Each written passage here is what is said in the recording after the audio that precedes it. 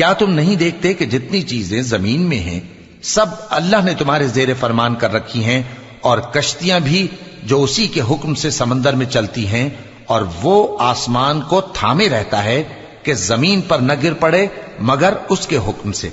بے شک اللہ لوگوں پر نہایت شفقت کرنے والا مہربان ہے۔